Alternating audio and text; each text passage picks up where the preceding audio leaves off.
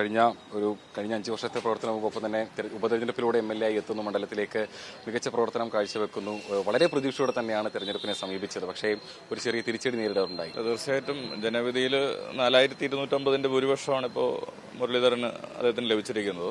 അപ്പോൾ അദ്ദേഹത്തിന് എല്ലാവിധ ആശംസകളും ഞാൻ അർപ്പിക്കുകയാണ്. അപ്പോൾ മണ്ഡലത്തിൽ കഴിഞ്ഞ 6 വർഷം കൊണ്ട് പരമാവധി ഇടപെടാൻ കഴിഞ്ഞിട്ടുണ്ട്. അതിൻ്റെ ഒരു ശുഭാപ്തി വിശ്വാസം ഞങ്ങൾക്കുണ്ടായിരുന്നു. അപ്പോൾ അതുകൊണ്ട് തന്നെയാണ് വലിയ ഭൂരിപക്ഷത്തിൽ ജയിക്കുമെന്നൊരു ആത്മവിശ്വാസത്തിലേക്ക് ഞങ്ങൾക്ക് പറയാൻ വേണ്ടി കഴിഞ്ഞത്. പക്ഷേ കേരളത്തിലെമ്പാടും UDF അനുകൂലമായിട്ടുള്ളൊരു തരംഗമാണ് ഉണ്ടായത്. ആ തരംഗത്തിനിടയിൽ പിടിച്ചു നിൽക്കാൻ കഴിഞ്ഞു എന്നുള്ളതാണ് ഇവിടുത്തെ ഒരു പ്രത്യേകത. കാരണം 10,000, 25,000, 50,000 ഒക്കെ ഭൂരിപക്ഷം വരുന്ന സ്ഥലത്ത് അദ്ദേഹത്തിന്റെ ഭൂരിപക്ഷം കുറയ്ക്കാൻ ഞങ്ങൾക്ക് സാധിച്ചു എന്നുള്ളതാണ്. ഇപ്പോൾ വട്ടിയൂർക്കാവ് പോലെ പരമ്പരാഗതമായി UDFന് നേരത്തെ അനുകൂല നിലപാടായിരുന്നു ഉണ്ടായിരുന്നത്. അപ്പോൾ അവിടെ പിടിച്ചു നിൽക്കാൻ വേണ്ടി സാധിച്ചു. എങ്കിലും പരാജയം തന്നെയാണ്. ഒരു സംഘടനാ തലത്തിൽ പാർട്ടിക്ക് ചില വീഴ്ചകൾ ഉണ്ടായി എന്നുള്ള ഒരു പരാതി പോലെ പരക്കെ ഉയർന്നു വരുന്നുണ്ട്. അപ്പം അത്തരം വീഴ്ചകൾ കൂടി പാർട്ടി പരിശോധിക്കും. അല്ല, തീർച്ചയായിട്ടും ഇപ്പോൾ പാർട്ടിക്ക് സംഘടനാപരമായ ദൗർബല്യങ്ങൾ ഇപ്പോൾ പഴയതുപോലെ ഇപ്പോൾ ഞാനൊക്കെ SFIയിലും DYFIയിലും വന്ന സമയത്തുള്ള സംഘടനാ പ്രവർത്തനം അല്ലല്ലോ ഇന്നത്തെ SFIയും DYFIയും നടത്തുന്നത്. സാഹചര്യങ്ങൾ മാറി, സമരങ്ങളുടെ എണ്ണം കുറഞ്ഞു, സമൂഹ സാഹചര്യത്തിൽ മാറ്റം വന്നു. അപ്പോൾ പാർട്ടി സ്വാഭാവികമായിട്ടും പുതിയ രീതികളിലേക്കും മാർഗങ്ങളിലേക്കും മാറേണ്ടി വരും. ഇപ്പോൾ ഭരണത്തിലിരുന്നു കൊണ്ട് ഒരു ഇടതുപക്ഷ സർക്കാർ കേരളത്തിന്റെ വികസനത്തിന് വേണ്ടി എന്തെല്ലാം ചെയ്യാൻ വേണ്ടി കഴിയുമോ അതെല്ലാം ഈ സർക്കാർ ചെയ്തു.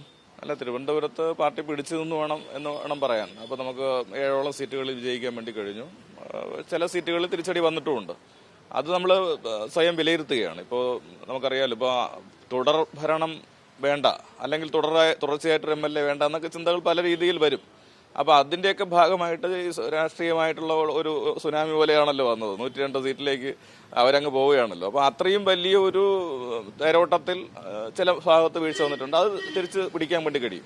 മുരളീധരന്റെ സ്ഥാനാർത്ഥി എത്തിയ സമയത്ത് ഏതെങ്കിലും തരത്തിലൊരു ഇത്തരത്തിലൊരു വിജയം അല്ലെങ്കിൽ ഒരു ഫലം പ്രതീക്ഷിച്ചിരുന്നോ? അല്ലെങ്കിൽ കോൺഗ്രസ് കുറച്ചുകൂടി കാര്യമായി ഈ മണ്ഡലത്തെ സ്വാധീനിക്കുന്നു അല്ലെങ്കിൽ അങ്ങനെ സമീപിക്കുന്നു, മുരളീധരൻ സ്ഥാനാർത്ഥിത്വത്തിലേക്ക് എത്തുന്നു, ഒരു ത്രികോണ മത്സരത്തിന്റെ ഒരു സാധ്യത മണ്ഡലത്തിൽ പൊതുവെ തെളിഞ്ഞു വരുന്നു? ഇല്ല, അങ്ങനെ ഒരു ചിന്ത എനിക്കില്ല. കാരണം നമ്മൾ മണ്ഡലത്തിൽ നിറഞ്ഞു നിൽക്കുന്നു, നല്ല പ്രവർത്തനം നടത്തുന്നു, വികസനമുണ്ട്. അപ്പോൾ അതുകൊണ്ട് ജയിക്കുമെന്നുള്ളൊരു ശുഭപ്രതീക്ഷ തന്നെയായിരുന്നു അവസാന സമയം വരെയും എനിക്കുണ്ടായിരുന്നത്. പക്ഷേ കൗണ്ടിങ്ങിലേക്ക് വരുമ്പോൾ ചില മേഖലകളിൽ, ഇപ്പോൾ നമ്മുടെ കുന്നുകുഴി അല്ലെങ്കിൽ കേശവദാസപുരം തുടങ്ങിയിട്ടുള്ള മേഖലകളിൽ വന്നിട്ടുള്ള ഒരു തിരിച്ചടിയാണ് ഒരു ചെറിയ ഭൂരിപക്ഷത്തിന് അദ്ദേഹം ജയിക്കാൻ സഹായകരമായി മാറിയത്.